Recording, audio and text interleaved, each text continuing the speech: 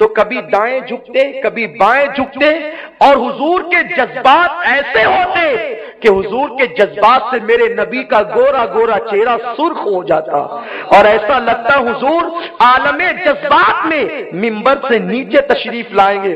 لوگ علماء اہل سنت کو تانا دیتے ہیں، یار تم لوگ چلا کر تقریریں کیوں کرتے ہو؟ نادان تقریر کہتے ہیں اس کو جو چلا کے کی جاتی ہے، خطاب کہتے ہیں اس کو جو چلا کے کیا جاتا ہے، خطبہ کہتے ہیں اس کو جو جذبات میں دیا جاتا ہے، اور جو دھیرے دھیرے ٹھہر ٹھہر کر گفتگو کی جاتی ہے وہ خطبہ نہیں کہلاتا، وہ کلام کہلاتا ہے، وہ بات چیت کہلاتی ہے۔ اب یہ اور بات ہے کہ غوث پاک کے شہروں کو، غوث پاک کے شہروں کو بغداد سے طاقت ملتی ہے تو یہاں کی آواز محلے میں گونج جاتی ہے، یہ الگ بات ہے۔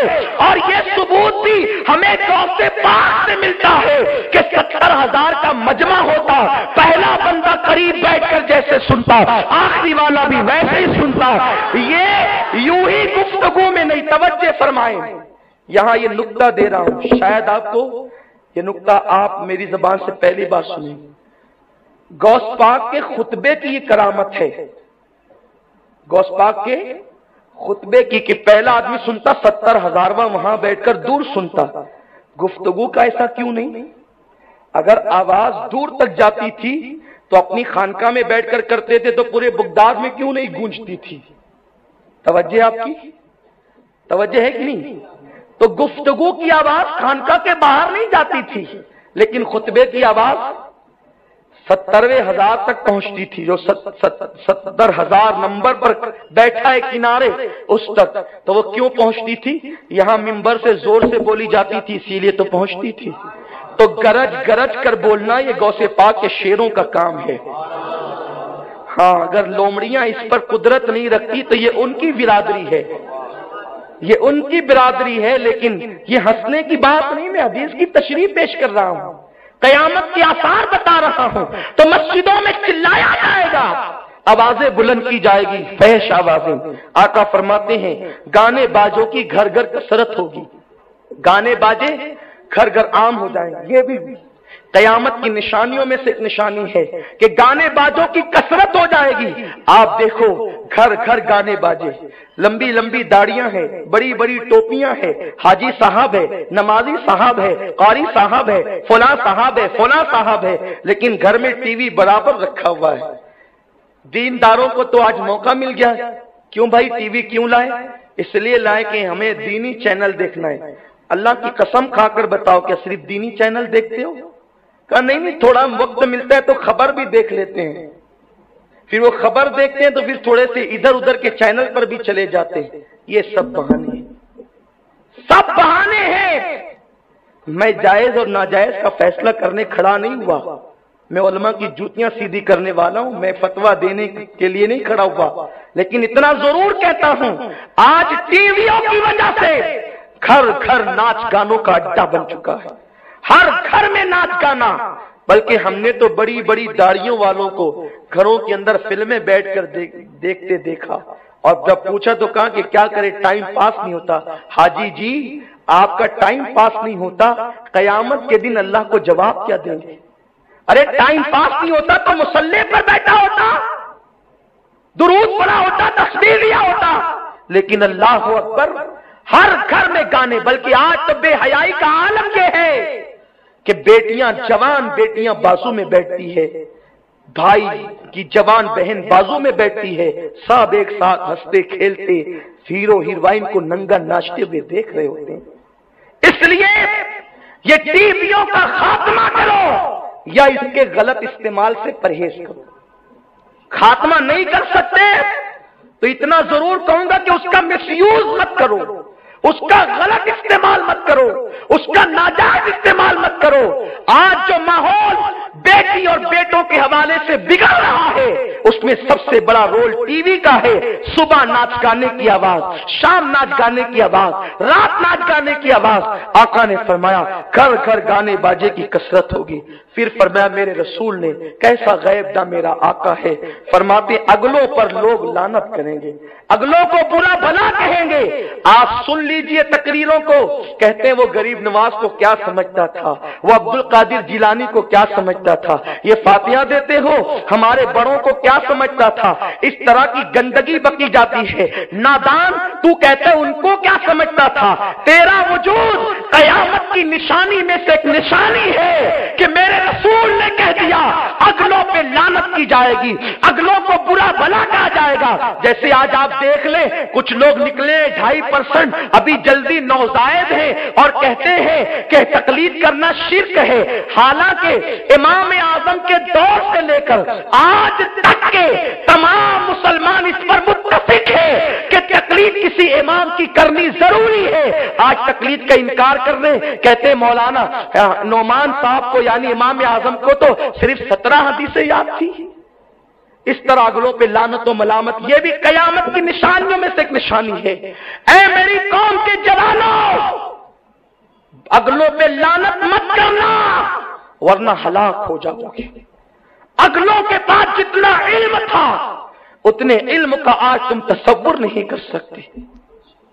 ان کے پاس جو تقویٰ تھا اس تقوی کا ہم تصور نہیں کر سکتے۔ وہ رسول اللہ کے زمانے کے قریب تھے، آقا کے زمانے کے قریب تھے، اس لیے صحابہ تو 3 طلاق کو 3 مانے، یہ نوزائیدہ لوگ 3 کو 1، 3 طلاق 1000 طلاق بولے تو بھی 1، اس طریقے کی اپنی اٹکل پچو سے مسائل بنا رہے ہیں۔ تو یہ بھی قیامت کی نشانیوں میں سے ایک نشانی ہے۔ فرمایا میرے رسول نے درندے جانور آدمی سے کلام کریں گے، درندے جانور آدمی سے کلام کریں گے، یہاں تک فرمایا کہ کوڑا چابک بھی انسان سے کلام کرے گا، جوتے کا تسمہ وہ بھی انسان سے کلام کرے گا، اس کے بازار جانے کے بعد جو کچھ اس کے گھر میں ہوا وہ سب اس کے جوتے کا تسمہ بتا دے گا۔ میرا خیال یہ ہے کہ ابھی تک یہ نشانی ظاہر نہیں ہوئی، اور شاید یہ جو جانور اور درندے کلام کرنے سے جو معاملہ ہے تو اس سے مراد روبوٹ بھی ہو سکتا ہے۔ جوتے کا تسمہ خبر دے گا۔ آج کل ایسے جوتے ٹیکنیکل نکلے ہیں کہ وہ بہت ساری چیزوں کے معاملے میں انسان کا سپورٹ کر رہے ہیں، اور ممکن ہے آگے کی ایجادات ایسی ہو۔ آج ایجادات ختم نہیں ہوئی ہے نا۔ پہلے اگر آج سے 50 سال پہلے کوئی بولتا ہوگا کہ ایک ایسا موبائل نکلے گا جو بغیر وائر کے ہوگا اور آدمی گفتگو کرے گا اور چلے گا پھرے گا اور 7 سمندر پار گفتگو کرے گا، تو 50 سال پہلے کے لوگ بولتے ہوں گے جا پھینک مت۔ یہ تو کہتے ہوں گے لوگ یہ تیرا دماغ نہیں خراب ہو گیا، پھینک رہے ہیں یہاں بیٹھ کے، کوئی اور ملا نہیں تجھے صبح سے؟ یہ بات لوگ کرتے ہوں گے، نہیں ہے کہ نہیں یہ بات؟ لیکن اب موبائل کا دور ہے اور پتہ نہیں آگے کیسے کیسے موبائل آئیں گے اور کیسی کیسی مشینیں آئے گی، اور میرے رسول کی نگاہ تو قیامت تک دیکھ رہی ہے، بلکہ میں قیامت تک کیا کہوں، قیامت کے پرے دیکھ رہی ہے، قیامت کے پرے دیکھ رہی ہے۔ تو ایجادات اور بھی ہونی ہے جو آج ہمیں سمجھ میں نہیں آ رہی ہے لیکن آگے ہوگی۔ پھر اس کے بعد آقا فرماتے ہیں ذلیل لوگ جن کو تن کو کپڑے نہیں، پیر میں جوتیاں نہیں، وہ بڑے بڑے محلوں میں بسیں گے، فخر کریں گے۔ آپ ہندوستان میں دیکھ لیں کہ عرب میں دیکھیں جو چرواہے تھے نا، جو اونٹ چراتے تھے، آج ان کی بلڈنگیں دیکھو نجدیوں کی۔ اس کے بعد ہندوستان میں ایک قوم تھی، نام نہیں لوں گا، کہ وہ اگر کسی کنویں پر چلی جاتی تو اس کی کھال کھینچ لی جاتی، وہ کسی مندر میں چلی جاتی تو اس کو زندہ جلا دیا جاتا۔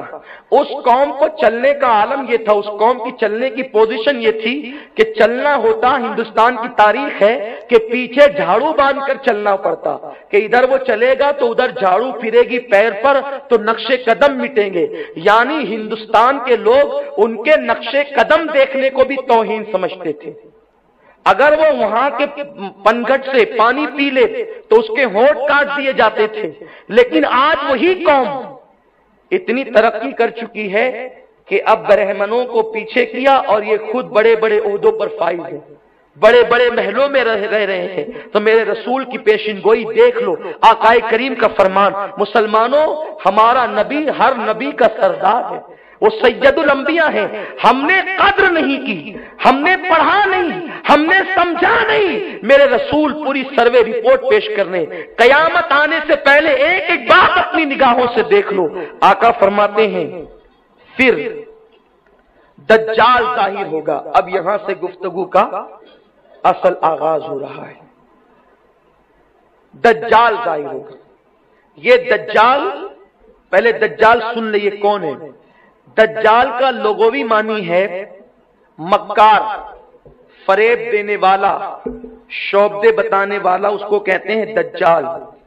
اس دجال کو، جو دجال آخری میں ظاہر ہوگا، تو آپ تھک تو نہیں گئے نا؟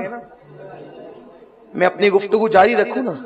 ہاں، کیونکہ یہی یہ عنوان مکمل کرنا ہے آج، پھر اس کے بعد تو پھر آئندہ ہفتے دوسرا عنوان ہوگا انشاءاللہ۔ اور پھر آپ لوگ جو آج پریشان ہیں، اللہ تعالی ہم سب کو فتنوں سے بچائے، ایک آپ کو پہچان مل جائے کہ ہمیں کون سا عقیدہ قبول کرنا ہے۔ تو یہ دجال کو دجال اس لیے کہتے ہیں کہ یہ بڑا شعبدے باز ہوگا، بڑا مکار ہوگا، اس لیے اس کو دجال کہا گیا۔ یہ دجال جو ہوگا وہ کانا دجال ہوگا۔ ابھی کچھ لوگ جو ہے نا، ایک بچے کی تصویر پھرا رہے تھے، اس کی پیشانی میں ایک ہی آنکھ تھی، اور سب کہہ رہے تھے بھئی دجال پیدا ہو گیا، دجال پیدا ہو گیا۔ ایسا لگتا تھا جیسے وہ مبارکباد دے رہے ہوں ایک دوسرے کو۔ حیرت ہوتی ہے لوگوں پر، عجیب حال ہے لوگوں کا کہ بس جو آ گیا موبائل پر اس کو آگے بڑھاؤ، آگے بڑھاؤ، سوچتے تک نہیں ہم کیا کر رہے ہیں۔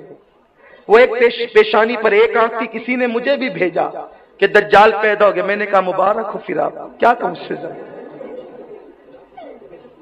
کہہ کیا سکتے، کر کیا سکتے ہیں؟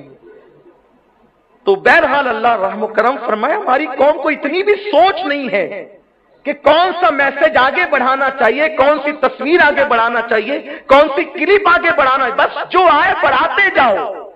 حق ہے نہیں ہے، کیا ہے، کچھ نہیں۔ مسلمانوں تم مومن ہو، ذمہ دار ہو، کوئی چیز کو آگے بڑھانے سے پہلے سوچ لیا کرو۔ میرے آقا فرماتے ہیں جو دوسروں سے سن کر اسی کو آگے بڑھاتا رہے، اس کے جھوٹا ہونے کے لیے بس اتنا ہی کافی ہے۔ اس لیے جھوٹے مت بنو، تحقیق کرو۔ تو دجال جو ہوگا وہ کانا دجال ہوگا۔ کانا دجال کا مطلب دیکھو، میرے رسول نے اس کی پوری شکل بیان کی۔ اس کا قد لمبا ہوگا، وہ دجال جو ہوگا وہ لمبے قد کا ہوگا، اور اس کا چہرہ مکرو ہوگا، اور اس کے جو بال ہوں گے نا، وہ گھنگرو والے جو بال ہوتے ہیں نا، وہ ایک دم بالکل ایک دوسرے کے اندر اٹے ہوئے گھنگرو والے بال، جس کو کہتے ہیں گھنگریالے بال، ایک دم اٹے ہوئے ویسے اس کے بال ہوں گے۔ اور اس کی آنکھیں دو ہوگی، لیکن ایک آنکھی ٹھیک ہوگی جیسے انسانوں کی ہوتی ہے، اور دوسری آنکھی انگور کے دانے کی طرح ہوگی۔ جیسے کسی کی آنکھیں میں پھولا ہو جاتا ہے نا، وہ موتیا بن جس کو کہتے ہیں، تو وہ موتیا بن چھوٹا سا ہوتا ہے، وہ دجال کی نشانی نہیں ہے۔ وہ موتیا بن کی طرح بڑے انگور کی طرح آنکھی کے اندر وہ ہوگا، وہ دجال ہوگا۔ اور اس کی پیشانی پر اس کی بڑی نشانی یہ ہے دجال کی، ایک تو گھنگریالے بال ہے اس کے، لمبا قد ہے، کانا ہے، وہ ایک آنکھی اس کی انگور کے دانے کی طرح ہے، اور ایک آنکھی اس کی ٹھیک ہے اور بہت بڑی ہے، اور ایک بہت چھوٹی ہے۔ وہ کانا دجال ہے، لمبا ہے۔ اور اس کی بڑی نشانی یہ ہے کہ جو مومن ہوگا، مومن عند اللہ، جو سچا مومن ہوگا، اس کی پیشانی پر، دجال کی پیشانی پر اس کو لکھا ہوا نظر آئے گا کاف سے رے، یعنی کافر۔ اور کافروں کو نظر نہیں آئے گا، یہ صرف مومنوں کو نظر آئے گا۔ یہ دجال کی نشانی ہے۔ اب دجال نکلے گا کہاں سے؟ دجال نکلے گا اصفہان، ایک علاقہ ہے، آج بھی اصفہان ہے، یہ اصفہان ایران میں موجود ہے۔ اصفہان کے قریب ایک چھوٹا سا علاقہ دیہات ہے، دجال وہاں سے نکلے گا۔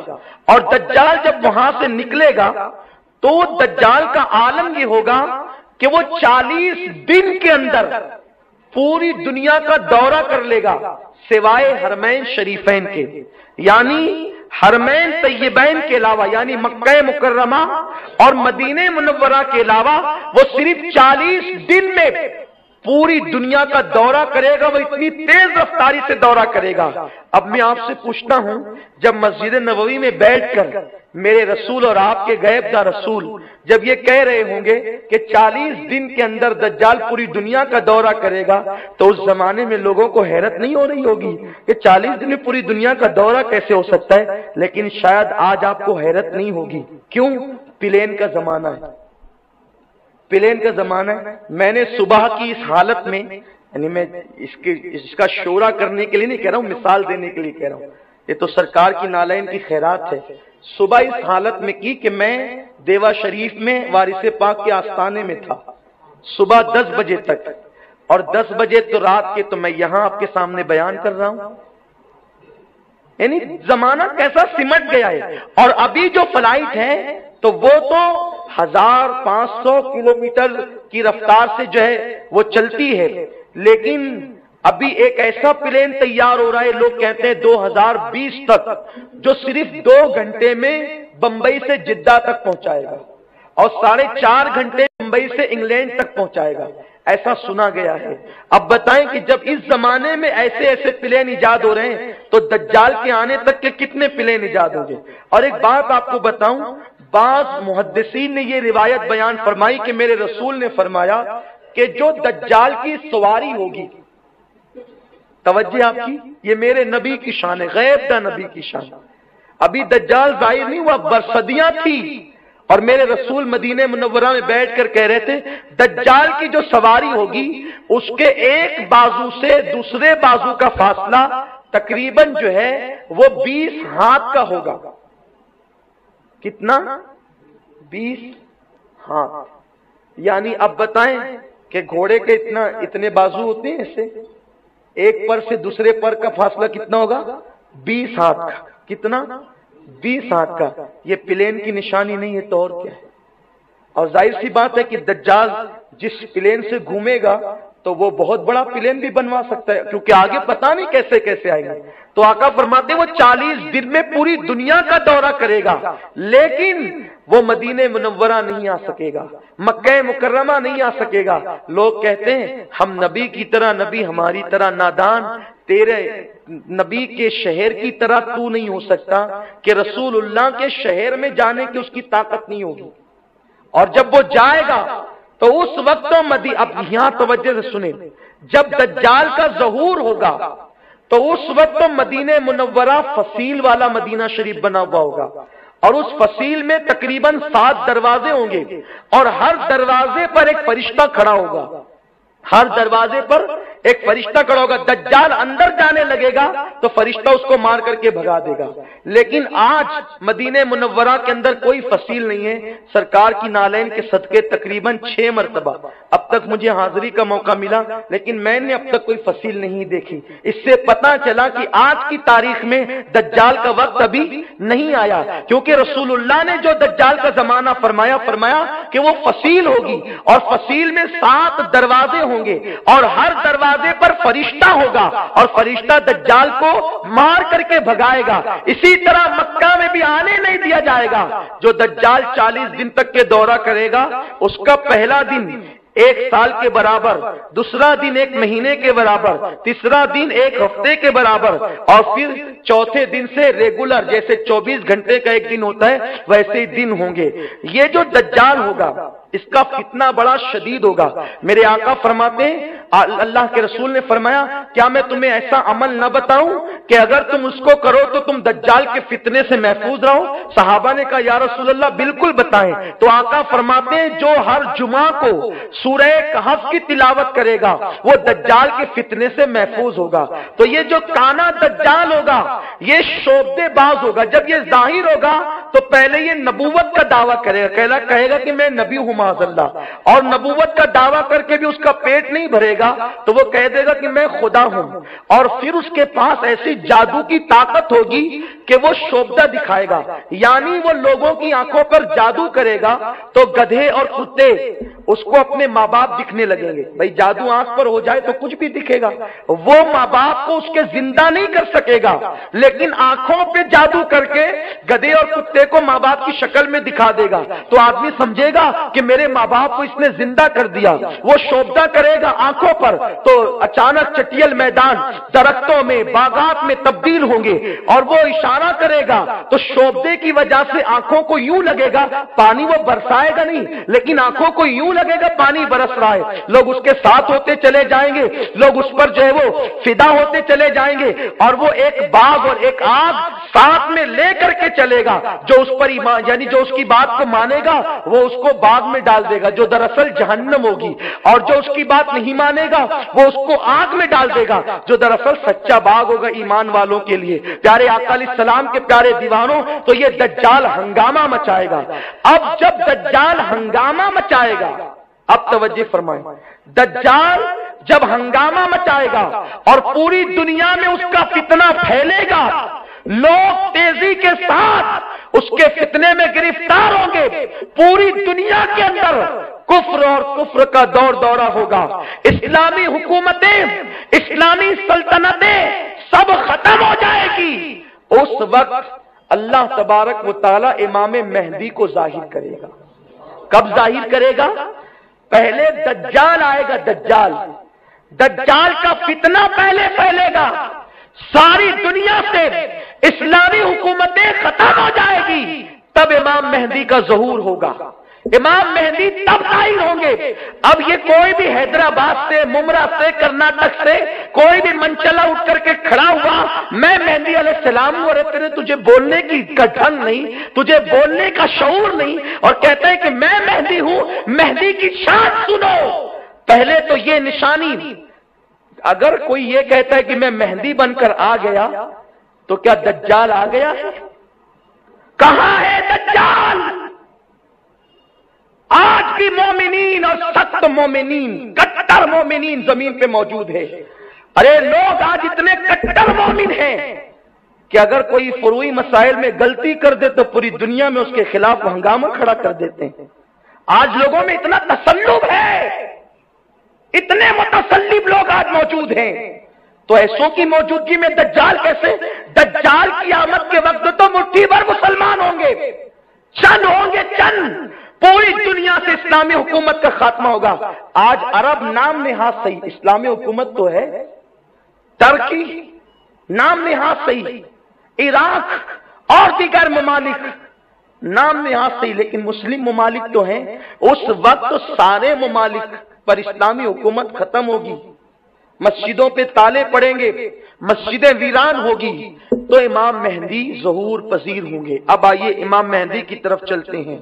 یہ امام مہدی، کچھ لوگ یہ کہتے ہیں کہ وہ پیدا ہو چکے ہیں، یہ چیز حضرت مولانا عبد الرحمن جامی رحمت اللہ علیہ نے شواہد النبوہ میں بھی بیان کیا، لیکن یہ اجماع امت نہیں ہے، یہ امام عبد الرحمن جامی رحمت اللہ تعالی علیہ کی ایک اپنی رائے ہے، اور یہ دراصل شیعوں کا عقیدہ ہے کہ امام مہدی پیدا ہو گئے، اور ان کا عقیدہ یہ ہے کہ وہ امام حسن عسکری کے بیٹے جو 8 سال کی عمر میں غائب ہو گئے، اسی لیے شیعہ ان کو امام غائب بھی کہتے ہیں۔ لیکن اہل سنت کا عقیدہ کیا ہے، ہمارے بزرگوں کا فرمان کیا ہے؟ سیدی اعلیٰ حضرت امام جلال الدین سیوطی اور علامہ جو ہے وہ محدث دہلوی، شیخ عبدالحق محدث دہلوی، ان جیسے بزرگوں کے نظریات کو میں ملا کر پیش کر رہا ہوں۔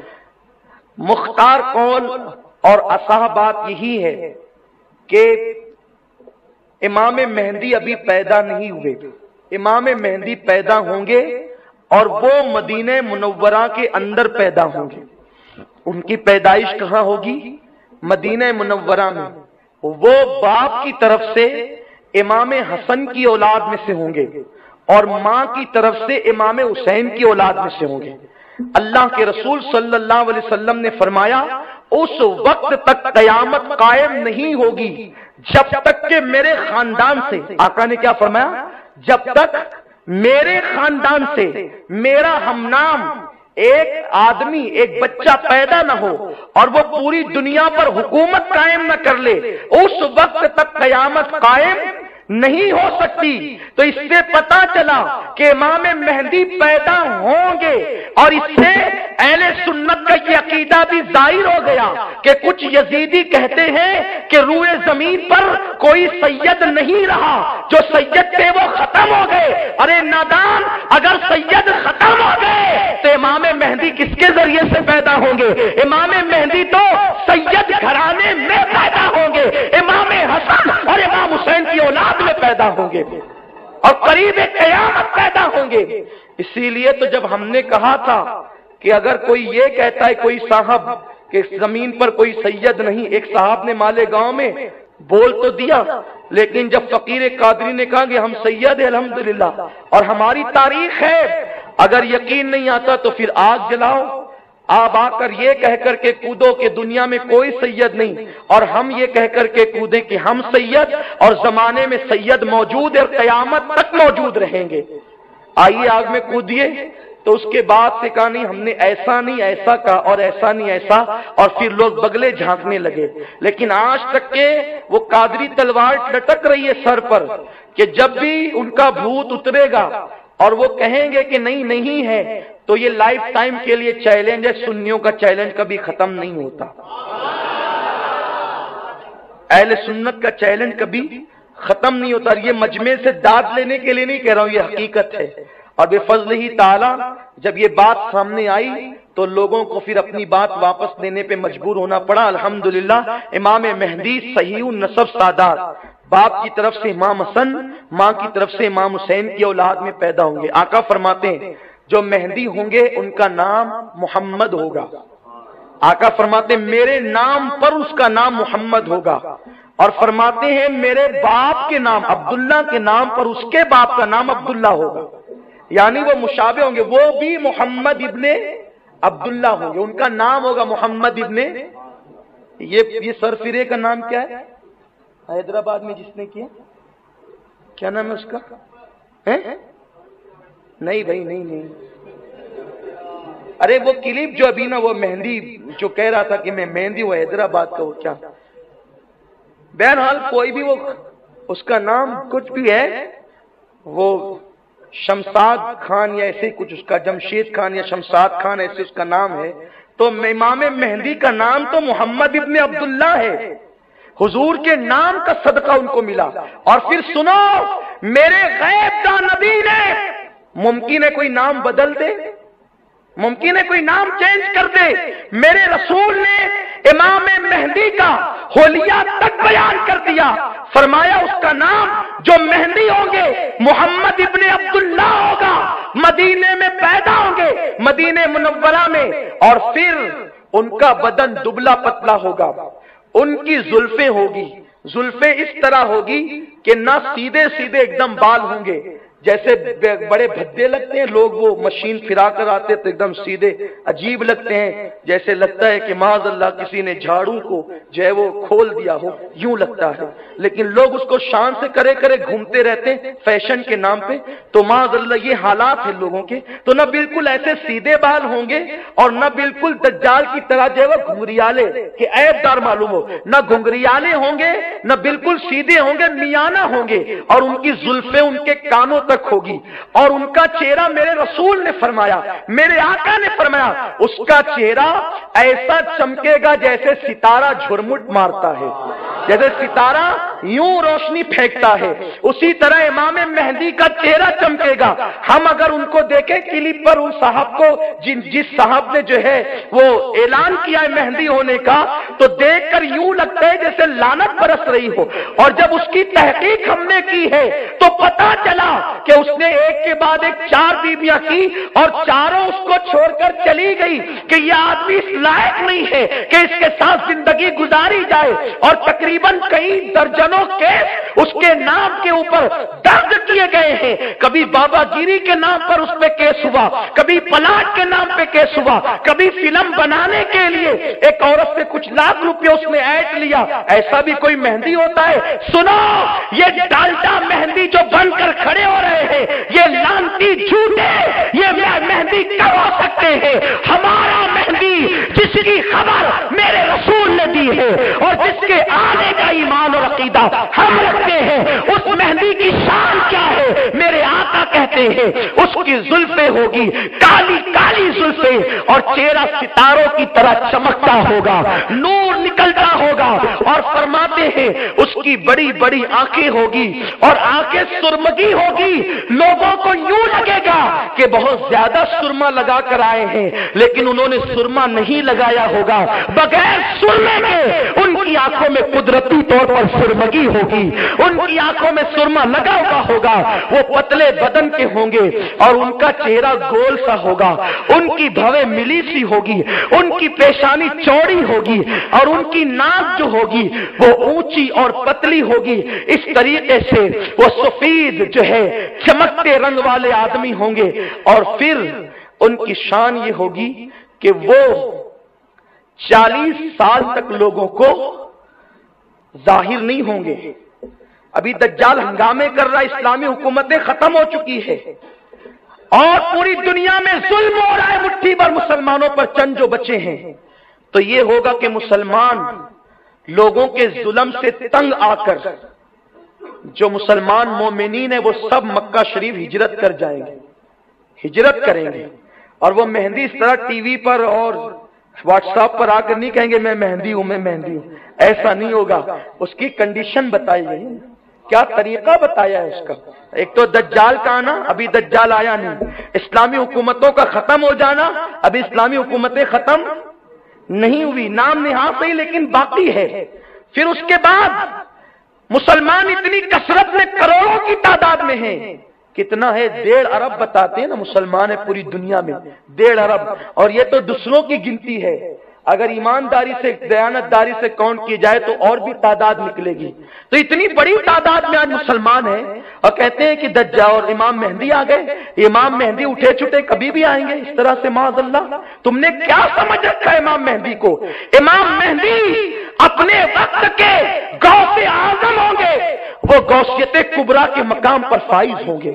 امام مہدی کی شان یہ ہے کیونکہ امام حسن عسکری کے بعد سے لے کر میرے آقا غوث پاک تک اور غوث پاک کا زمانہ وصال سے لے کر ظہور مہدی تک مقام غوثیت کبریٰ کے منزل پر میرے غوث فائز ہیں. اور جب مہدی ظاہر ہوں گے تو میرے غوث اپنی اس غوثیت کبریٰ کو ان کے سپرد کر دیں گے. اس کے چہرے پر تو داڑھی بھی نہیں ہے, خبیث کے چہرے پر. کیا کہیں, انا للہ و انا الیہ راجعون. یعنی لوگ اسلام کو مذاق بنانا چاہتے ہیں. ایسے کچھ سرفروں کو کھڑا کیا جاتا ہے اور لوگ جو ہے پھر ان کے پیچھے چل پڑتے ہیں. امام مہدی کی داڑھی میرے رسول نے بتائی, مہدی کی داڑھی بڑی گھنی ہوگی, وہ گھنی داڑھی والے ہوں گے. ان کی داڑھی بدلا پتلا بدن, بڑی بڑی سرمگی آنکھیں, ستارے کی طرح چمکتا چہرہ, ملی ہوئی بھویں, گول چہرہ, چوڑی پیشانی اور اس کے بعد بڑی سی گھنی داڑھی. 40 سال تک ظاہر نہیں ہوں گے. جب لوگ ظلم سے تنگ آ کر مکہ شریف ہجرت کریں گے, پیدا مدینے شریف میں ہوں گے, لوگ مکہ شریف ہجرت کریں گے. مکہ شریف میں رمضان المبارک میں, مکہ شریف میں رمضان المبارک میں لوگ کعبے کا طواف کر رہے ہوں گے اور دعا کرتے ہوں گے مولا ہم لوگوں کے ظلم سے تنگ آ گئے, ہماری مدد فرما. تو ندا آئے گی تم میں مہدی موجود ہے, اس کا نام محمد ابن عبداللہ ہے. تو لوگ ان کو ڈھونڈیں گے اور چہرہ دیکھ کر پہچان جائیں گے کہ ہم میں سب سے زیادہ حسین نورانی چہرے والے صاحب وجاہت صاحب جلالت یہ شخصیت ہے. تو لوگ ان کے ہاتھ پر بیعت کریں گے. اس طرح لوگ ان پر بیعت کریں گے.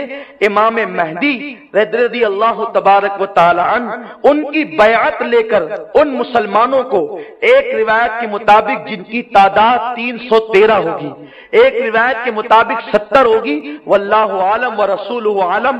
بہرحال جتنی بھی تعداد ہوگی وہ اس تعداد کو لے کر ملک شام تشریف لائیں گے، یعنی اب وہ دین کی اشاعت کریں گے۔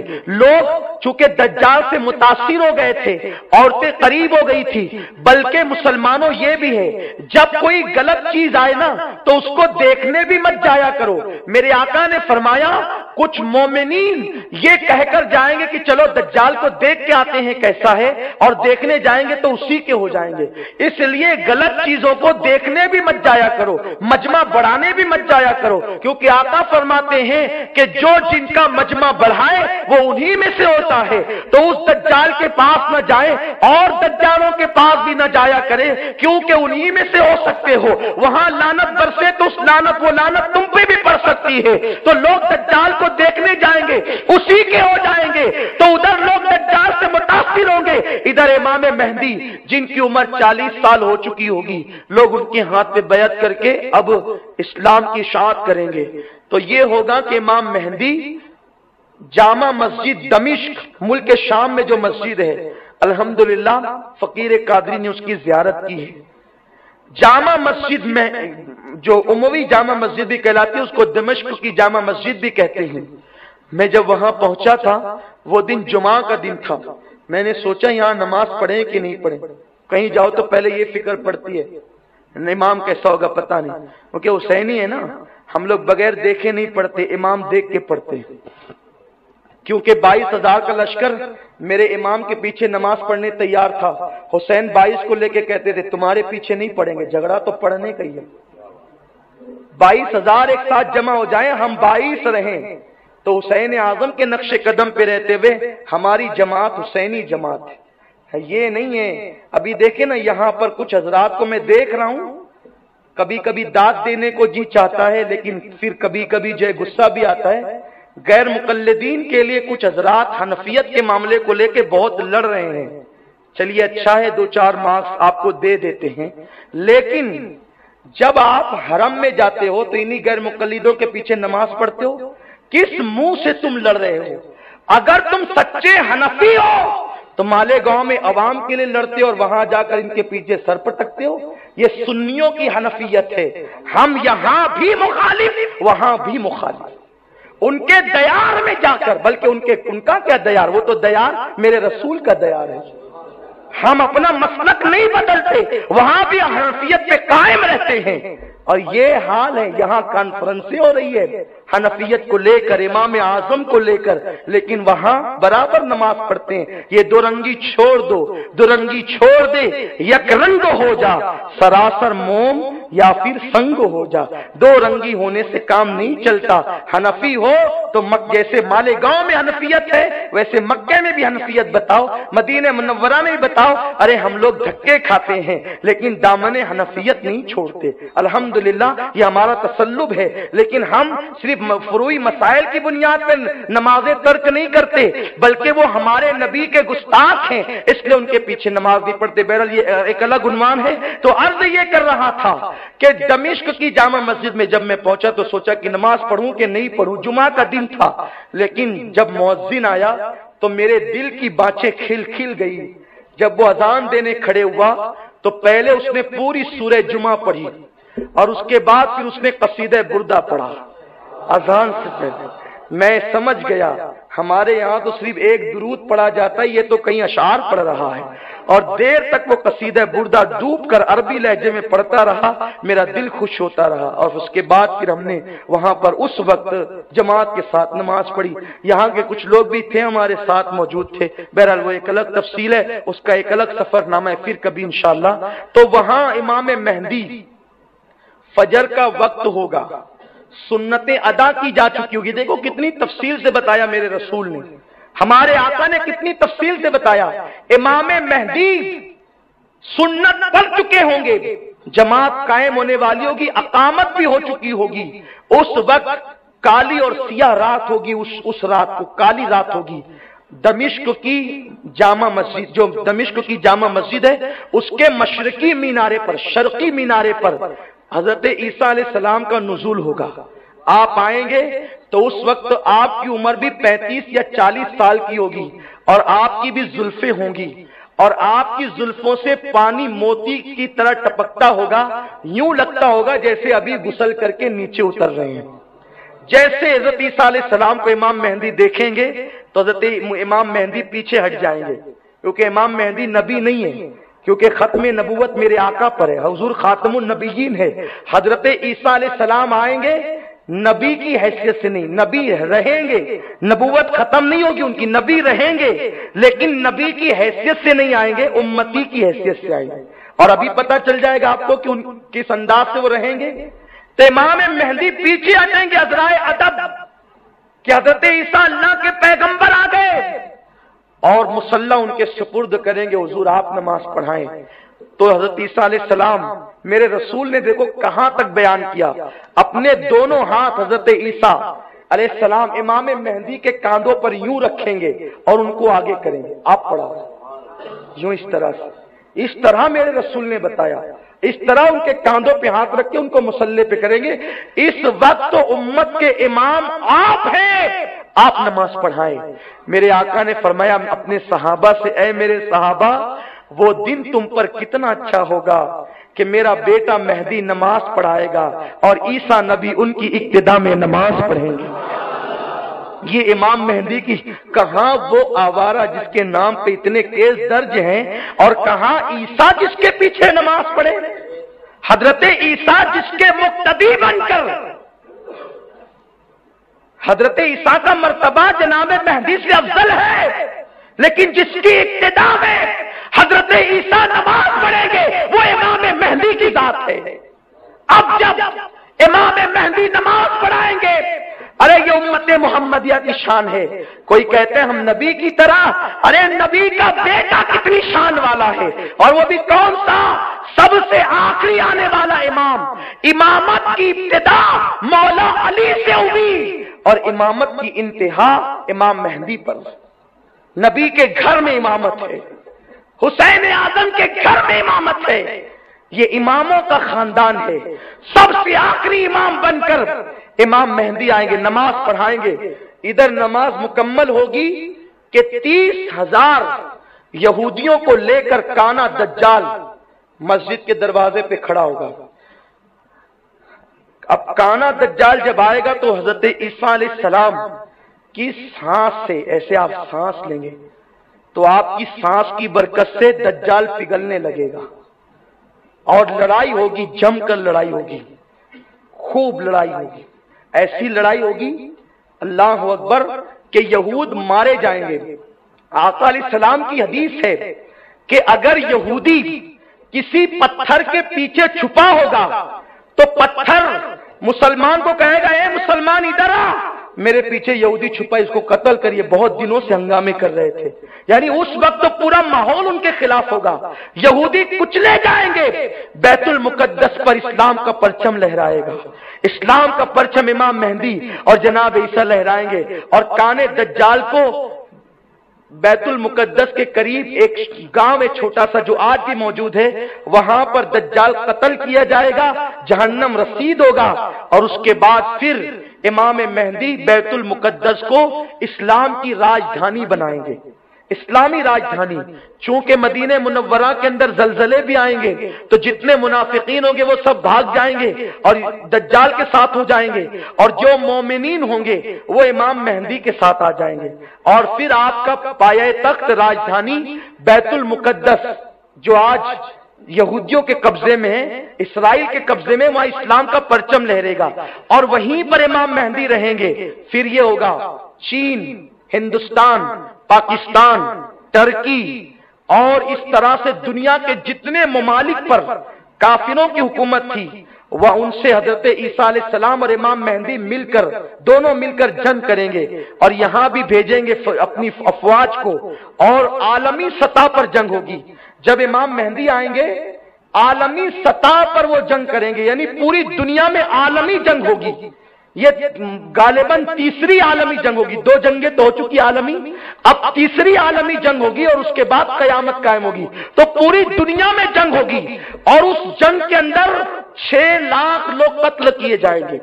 وہ اتنی بڑی جنگ ہوگی، 6 لاکھ لوگ قتل کیے جائیں گے، اور پھر ایک دن آئے گا پوری دنیا پر اسلامی حکومت ہوگی۔ امام مہدی صرف 6 سال یا 7 سال کی قلیل مدت میں پوری دنیا پر اسلام کا پرچم لہرا دیں گے اور اسلام اسلام ہوگا۔ اس وقت حال یہ ہوگا کہ سانپ اور بچھوؤں سے انسانوں کے بچے کھیلیں گے لیکن سانپ اور بچھو ڈنک نہیں ماریں گے۔ اس وقت اتنی برکت ہوگی کہ ایک اونٹنی کا دودھ اگر دوہا جائے گا تو پورے خاندان کو پلایا جا سکے گا، اتنی برکت آ جائے گی۔ ایک انار کے سائے میں اس کی چھتری میں پورا خاندان رہ سکے گا، اتنی برکت ہو جائے گی۔ اور پھر شیر اور بکری ایک ساتھ ایک گھاٹ میں پانی پیئیں گے، اسلام اسلام ہوگا، سچائی سچائی ہوگی، برکت ہی برکت ہوگی، اتنی دولت ہوگی۔ کوئی کسی کو دولت دے گا تو بولے گا نہیں نہیں آپ رکھیے، میرے پاس اللہ نے بہت دیا ہے۔ اس وقت لوگ تمنا کریں گے کاش یہ قبر سے ہمارے باپ دادا جو مومن دنیا سے گئے یہ اٹھ جاتے اور یہ آج کی راحتیں دیکھ لیتے، آج کا آرام دیکھ لیتے، آج کا سکون دیکھ لیتے۔ ایسا ماحول ہوگا، پھر اللہ اکبر، شان ہی شان ہوگی۔ اب اس میں میں طویل گفتگو کیا کروں، امام مہدی پر میں نے گفتگو کی۔ پھر یہ ہوگا حضرت عیسیٰ علیہ السلام شادی کریں گے، کیونکہ بغیر شادی شدہ اٹھائے گئے نا آسمان پہ، شادی کریں گے اور شادی کرنے کے بعد جناب عیسیٰ علیہ السلام مدینہ منورہ جائیں گے، آقا کی بارگاہ میں حاضری دیں گے، وہاں سلام کریں گے آقا کو۔ آقا اپنی قبر انور سے اس وقت بھی جواب عطا فرمائیں گے۔ عیسیٰ علیہ السلام مدینہ شریف میں رہیں گے اور پھر وہیں پر حضرت عیسیٰ علیہ السلام کا وصال ہو جائے گا۔ اور حضرت عیسیٰ علیہ السلام کا جب وصال ہوگا تو وصال عیسیٰ کے بعد ابھی رسول اللہ کے قبہ خضرا میں 3 مزارات تھے، ایک آقا کا، ایک جناب صدیق اکبر کا، ایک جناب فاروق اعظم کا، لیکن ایک مزار کی جگہ ابھی بھی خالی ہے۔ تو جناب عیسیٰ علیہ السلام مدینہ شریف میں پردہ فرمائیں گے اور جب مدینہ منورہ میں پردہ فرمائیں گے تو حضرت صدیق، حضرت عمر، ان کے بازو میں حضرت عیسیٰ علیہ السلام کا مزار بنایا جائے گا، وہ وہاں آرام کریں گے۔ اس کے بعد امام مہدی بھی اپنی زندگی کے 40 سال مکمل کر کے 80 سال کی عمر میں امام مہدی کا پردہ ہو جائے گا۔ آپ دنیا سے تشریف لے جائیں گے، 80 سال کی عمر میں پردہ فرمائیں گے۔ آپ کے پردہ فرمانے کے بعد پھر دھیرے دھیرے ایسے ہی حالات ہوں گے، پھر اسلام دھیرے دھیرے گھٹتا جائے گا، مسلمان گھٹتے جائیں گے اور ایک وقت آئے گا کہ یمن کی طرف سے، توجہ فرمائیے اختتام ہے، یمن کی طرف سے ایک ٹھنڈی ٹھنڈی خوشبودار ہوا چلے گی جو اہل ایمان کے بغل کے اندر سے نکلے گی اور جتنے مومن ہوں گے ان سب کا انتقال ہو جائے گا۔ اب زمین پر صرف کافر بچیں گے، صرف منافق بچیں گے۔ اس وقت یہ بھی ہوگا، میرے آقا فرماتے ہیں مدینہ منورہ کی بستی ختم ہو جائے گی، آقا علیہ السلام کا روضہ اٹھا لیا جائے گا، کعبۃ اللہ اٹھا لیا جائے گا۔ جب کفر ہی کفر عام ہوگا تو حضور کا روضہ اٹھ جائے گا، کعبۃ اللہ اٹھا لیا جائے گا اور پھر قرآن کے حروف بھی اٹھا لیے جائیں گے۔ لوگ رات کو سوئیں گے قرآن دیکھتے ہوئے اور جب صبح کو اٹھیں گے تو کاغذ ہوگا، قرآن کے الفاظ نہیں ہوں گے، قرآن اٹھا لیا جائے گا اور پھر گندگی ہی گندگی، اتنا گناہ ہوگا، اتنی برائی ہوگی کہ جس کو بیان نہیں کیا جا سکتا۔ ہر طرف شرک، ہر طرف زنا، ہر طرف شراب، ہر طرف عیاشی۔ اس کے بعد پھر وہی حالات میں ایک وقت ایسا آئے گا کہ ایک سریلی آواز دھیرے دھیرے اٹھے گی اور پھر وہ چنگاڑ بن جائے گی، اسی کو سور کہتے ہیں۔ ستارے ٹکرائیں گے، آسمان پھٹے گا، زمین میں زلزلے آئیں گے، زمین اتھل پتل کر دے گی۔ اذا زلزلت الارض زلزالها واخرجت الارض اثقالها وقال الانسان ما لها يومئذ تحدث اخبارها بان ربك اوحى لها۔ یہ حالات قرآن بیان کرتا ہے۔ ثم کلا سیعلمون، ثم کلا سیعلمون، قرآن مقدس نے ایک الہاکم التکاثر حتی زرتم المقابر، کلا سیعلمون ثم کلا سیعلمون، قرآن مقدس سے کہتا ہے وہ ساتھ آنے والی ہے۔ اللہ اکبر، یہ کیفیت ہوگی۔ اور زمین جس وقت زلزلے زمین میں آئیں گے، ستارے آپس میں ٹکرائیں گے، زمین سے بڑے بڑے کئی گنا بڑے ستارے ہیں، جب ستارے ٹکرائیں گے تو جو گاون اونٹنیاں ہوگی ان کا حمل ضائع ہو جائے گا، لوگوں کے کان پھٹ جائیں گے، لوگوں کے سینے پھٹ کر کے کلیجے باہر کو آئیں گے۔ اس طریقے سے وہ چنگار ہوگی اور قیامت آئے گی لیکن قیامت جو آئے گی وہ صرف کافروں پر آئے گی. ایک مومن بھی جب تک زمین کے اوپر رہے گا قیامت قائم نہیں ہوگی. اس طرح قیامت آئے گی. اور پھر کیا ہوگا؟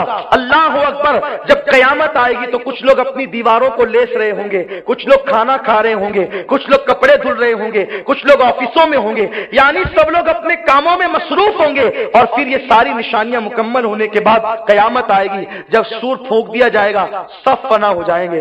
کل من علیہا فان وَيَبْقَى وَجْهُ رَبِّكَ ذُو الْجَلَالِ وَالْإِكْرَامِ. سب فنا ہو جائیں گے, سب فنا ہو جائیں گے. پھر یہ ہوگا.